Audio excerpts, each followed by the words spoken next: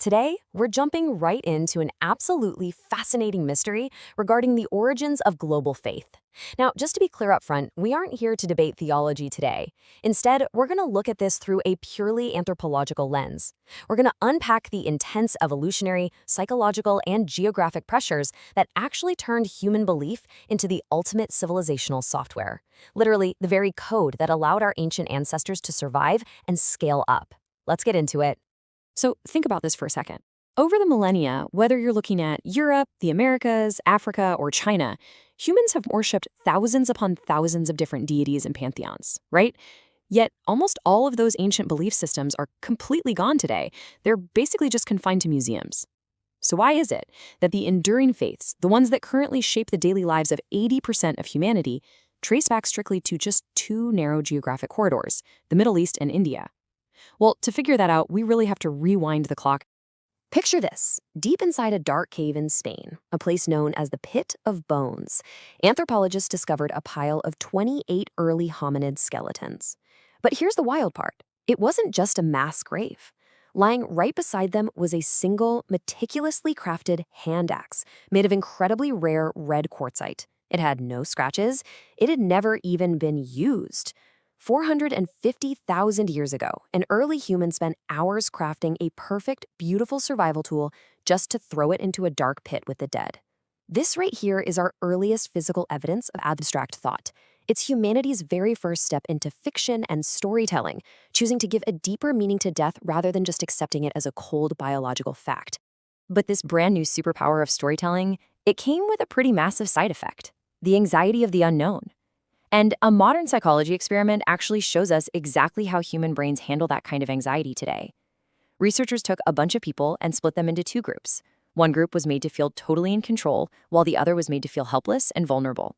Then they showed both groups screens filled with random, meaningless static noise. The in-control group, they just saw static. But the helpless group, their brains went into overdrive. They literally started seeing faces, shapes, and patterns hidden in the random noise. Because when we experience uncertainty, our minds actively invent patterns and invisible agents just to regain a sense of psychological control.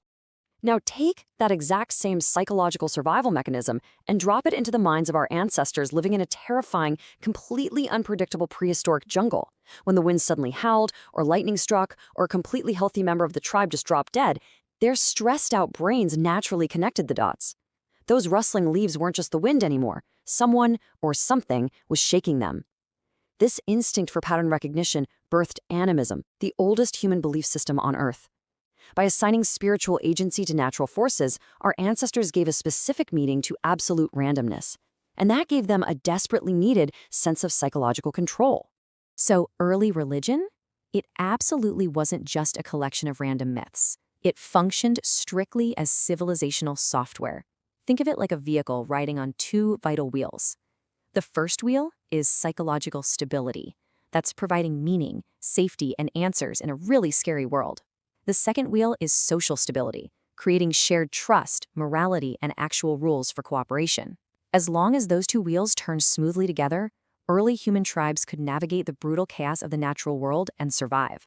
And you know what? That software worked perfectly for hundreds of thousands of years. But then, between 15,000 and 10,000 BCE, three massive global forces converged to create an absolute crisis. First, the Ice Age ended, which made the climate highly predictable. Second, the massive game our ancestors hunted, things like the woolly mammoth, started going extinct. And third, human beings had migrated to pretty much every habitable corner of the globe. There was quite literally nowhere left to run. This created a massive evolutionary bottleneck. Our wandering ancestors were backed into a corner and had absolutely no choice. They had to settle down and invent a totally new way to feed themselves. But here's the thing. You couldn't just settle down anywhere. It all came down to pure, dumb geographic luck. This is exactly why two specific regions, the Middle East and India, became so dominant historically.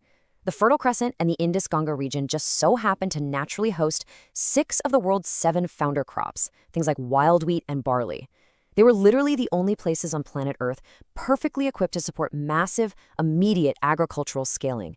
It was a geographic pressure cooker that absolutely forced the invention of farming.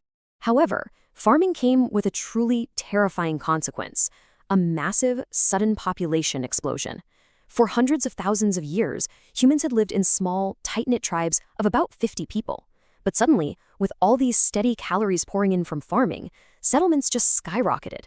In early proto-cities like Çatalhöyük in modern-day Turkey, archaeologists estimate you suddenly had 8,000 people living shoulder to shoulder. For the very first time in human history, thousands of absolute strangers were forced to live right on top of each other. And this is where we hit a massive psychological brick wall, all thanks to something called Dunbar's number. See, anthropological research shows that the human neocortex actually has a hardwired cognitive limit. We can only maintain stable, trusting social relationships with about 150 people. Once you go past 150, our primitive hunter-gatherer brains are simply not wired to inherently trust the people around us. So when you cram 8,000 people into a single settlement, the vast majority are complete strangers. Natural trust vanishes, and social chaos becomes inevitable. And we're not just guessing here. We have visceral archaeological proof of that exact social chaos. When researchers examined the human remains at Çatalhöyük, they found 93 skulls grouped in one area. 25 of those skulls had been deeply fractured by weapons. Over a quarter of the population have their heads smashed in. When the ancient social software of small tribe trust broke down at a massive scale, the result was just brutal, staggering violence. To make matters even worse, agriculture basically introduced a brand new concept to humanity: wealth inequality. If we look at the Gini coefficient, which measures inequality, it more than doubled when we shifted from being hunter-gatherers to farming societies. Think about it. In a tribe, you eat what you hunt that day, but in a farming city, you can store grain for months or even years. This allowed resources to be hoarded. It entirely shattered our ancient sense of equality and made theft highly incentivized for the first time ever. Those two wheels of civilization we talked about, they were wobbling dangerously. So, how on earth did humanity solve this? Well, the answer is kind of mind-blowing. They built temples before they even built cities. Seriously, at a site called Göbekli Tepe, 12,000 years ago, hunter-gatherers, people who didn't even have the wheel or written language yet, carved 20-ton stone pillars to create massive ritual spaces. Why?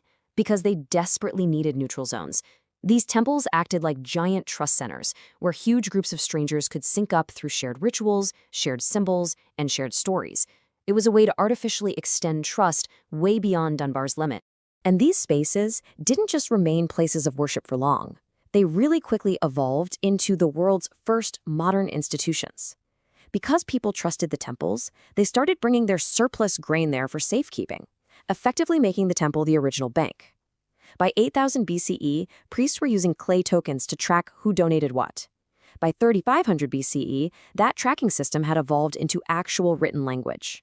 And by 1754 BCE, the temple's sheer authority was being used to issue standardized laws for everyone, like Hammurabi's Code. This is one of my absolute favorite details. Our greatest intellectual leaps as a species, they didn't come from some romantic desire to write poetry or philosophy. Writing was literally invented by temple priests as a practical spreadsheet. In early cuneiform tablets, 85 to 90% of the text is just accounting. They were tracking the massive scale of early religious donations, agricultural loans, and yes, even employee beer allocations. Religion fundamentally provided the organizational framework for our very first bureaucracies. Naturally, whoever controlled these centralized temple databases ended up controlling the society.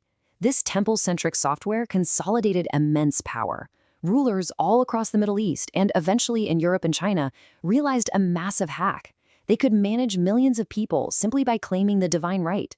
The message was, hey, I'm not just a guy with a big army, I was actually chosen by the gods. Or sometimes, I am a god myself.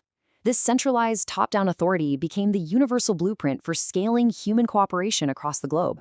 But wait, because here is the great historical paradox of this whole explainer. While the Middle East was busy building these highly centralized, top-down religious empires, 2,500 kilometers to the east, the Indus Valley civilization in India was booming. And it was huge. We're talking a population of millions with incredibly planned cities and standardized weights for trade. Yet despite all that scale, archaeologists have found absolutely zero evidence of central temples, zero evidence of a priest class, and zero evidence of divine kings. It's wild.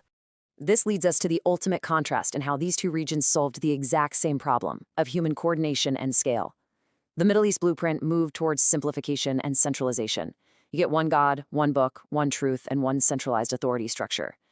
The Indian blueprint, however, went the exact opposite direction: multiplication and decentralization. Instead of shrinking everything down to one absolute authority, they expanded it to infinite manifestations of the divine, completely decentralized across every single village and family. Two totally opposing philosophical paths, both designed to keep those wheels of civilization turning. So these aren't just some dusty historical footnotes. The geographic pressures and psychological crises of our ancient ancestors literally forged the two dominating operating systems of modern human reality. So as you look around at your own modern institutions today, your government, your workplace, your culture, I want to leave you with this question. Which of these two ancient 4,000-year-old blueprints, the centralized top-down model or the decentralized infinite model, is actually running your life today?